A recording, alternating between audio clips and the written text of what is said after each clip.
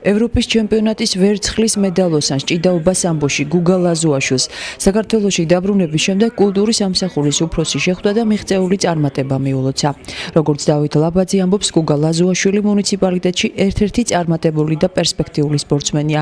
ადგილობრივი მმართველობა კი მისი თქმით ყველაფერს გააკეთებს იმისთვის, რომ მსგავს ახალგაზრდებს თავის რეალიზების მეტი შესაძლებლობა ჰქონდეთ. გიორგი ლაზუაშვილი ჩვენი მუნიციპალიტეტის ერთ-ერთი ყველაზე უფრო პერსპექტიული სპორტსმენია, როგორც ჭიდაობა ძიუდოში, ისე ჭიდაობა სამბოში. ამჟამად მან თავის ასაკში ახალგაზრდებში დაიკავა მეორე ადგილი ევროპის პირველობაზე, რაც საკმაოდ მნიშვნელოვანი წარმატებაა, თუმცა ფინალის მსვლელობა ისეთი იყო, რომ მას პირველი ადგილის მოპოვებაც შეეძლო. შარშან გიორგი ძიუდოში გახდა ევროპის ვერცხლის პრიზიორი და პირველად ჩატარებულ ჩვენი მუნიციპალიტეტის გამოკითხვაში გახდა მუნიციპალიტეტის საუკეთესო ვაჟი სპორტსმენი.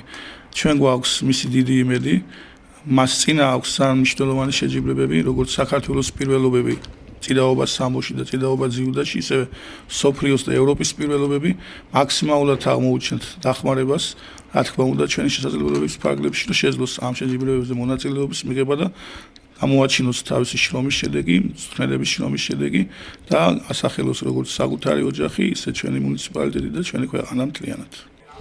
ევროპის ჩემპიონატი ამ რამდენიმე ხნის წინ რუმინეთში ქალაქ ბუქარესტში ჩატარდა. გუგა ლაზუაშვილმა 4 შეხვედრა გამართა. რუმინელ, უკრაინელ და ბულგარელ მოწინააღმდეგეებთან მან წარმატებულად იასპარეზა. მეოთხე შეხვედრა კი 1 ქულით დათმო. უფრო მეც მოველოდით და შედეგად გაამართლა, იმიტომ რომ მეორე ადგილი დაიკავა.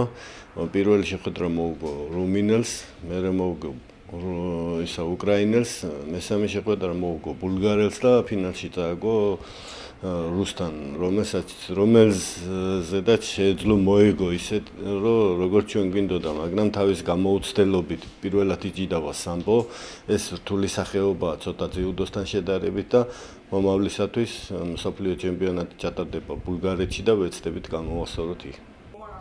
გუგა ლაზუაშვილი ახლა მომავალში გასამართი მსოფლიო ჩემპიონატისთვის მოემზადება. მანამდე კი მას საქართველოს პირველობაზე მოუწევს ასპარეზობა ჭიდაობა ძიუდოში. დავიკავე მეორე ადგილი, რადგან ფინალი დავთმე რუსთან. ერთი გაფრთხილებით წავაგე, რავი, ჯერჯერობით მაყოფილია რომ მაინც ჩემი თავით, იმიტომ რომ შემეძლო მეტი გამეკეთებია. ეხლა ოქტომბერში გვაქვს მსოფლიო, სადაც მე აუცილებლად ვიასპარეზებ და ყველანაირად შევეცდები რომ დავიკავო პირველი ადგილი და გავხდე მსოფლიოს ჩემპიონი ჭიდაობა სამბოში.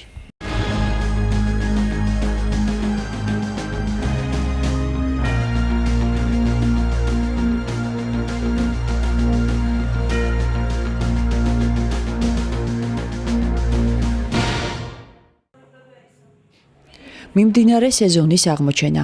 დებიუტანტი გუნდი რაიმ ხიარულთა და საზრიანთა კლუბებს შორის საუკეთესოდ აღიარეს. მუნიციპალიტეტის ნაკრებმა გუნდმა იმერეთის რეგიონალურ ჩემპიონატზე წარმატებულად გადალახა პირველი ტური და სერიოზული მეტოქეობა გაუწია მაყურებლებისთვის კარგად ნაცნობ და სტაჟიან გუნდებს.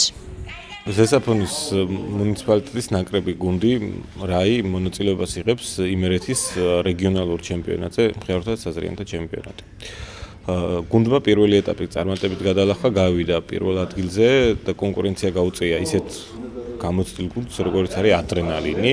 4 გუნდი იღებდა მონაწილეობას და პირველი ადგილი არ დაუთმო დებიუტანტმა გუნდმა, გამოცდილ გუნდს. დებიუტანტი გუნდი რაის წევრები მანსანკანელთა შორის ყველაზე პატარა ასაკის წევრები არიან. ხალასი იუმორის გარდა მათ ამითად შეძლეს ჟიურის და მაყურებელთა გულის მოგება.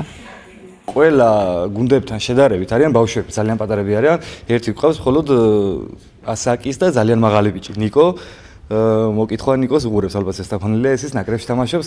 და ეს ბავშვები არიან პირველ რიგში მოიპოვეს სიმპათია მაყურებლის და არა მარტო მაყურებლის, არამედ ჟიურის, რომ პატარები არიან, ეთამაშენ ძალიან ასაკის ხალხს, გამოცდილ ხალხს.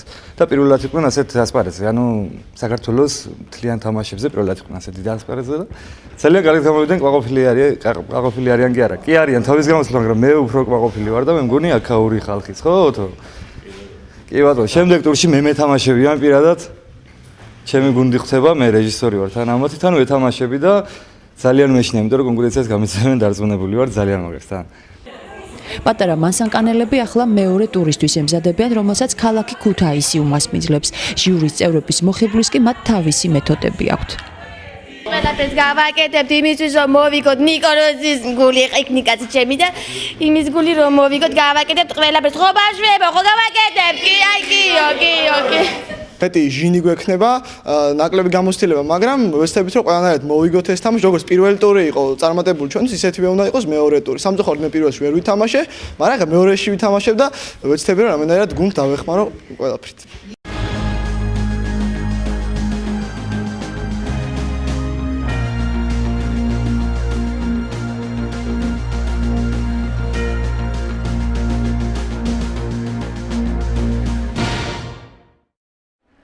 ოთხწლიანი პაუზის შემდეგ ზესტაფონელი ფეხბურთელები ისევ თასის მოპოვებისათვის ფინალში გადიან. ეს ცნობილი რუსთავის მეტალურგთან გამართული განმეორებითი ნახევარფინალური მატჩის შემდეგ გახდა, სადაც ზესტაფონი სტუმრის რანგში იყო. შეხვედრის საწყისი წუთები მასპინძელთა აქტიურობით გამოირჩეოდა. მათ ზესტაფონელთა კართან რამდენიმე სახიფათო მომენტიც კი შექმნეს, თუმცა ზესტაფონელთა მეკარის ოსტატობამ მათი შეტევები უშედეგო გახადა. ამის შემდეგ სიტუაცია შეიცვალა და უკვე სტუმრები გააქტიურდნენ. გოლი თორნიკი აფციაურმა გაიტანა.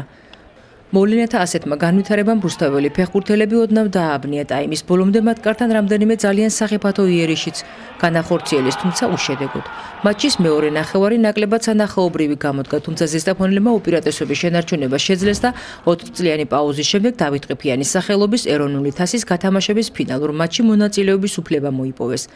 გადამწყვეტ საათასო შეხვედრაში ზესტაფონელები გორის დილას დაუპირისპირდებიან. ფინალი 26 მაისს გაიმართება. მანამდე კი 4 დღით ადრე ზესტაფონი საჩემპიონატო შეხვედრას ფოთის კოლხეთთან გამართავს.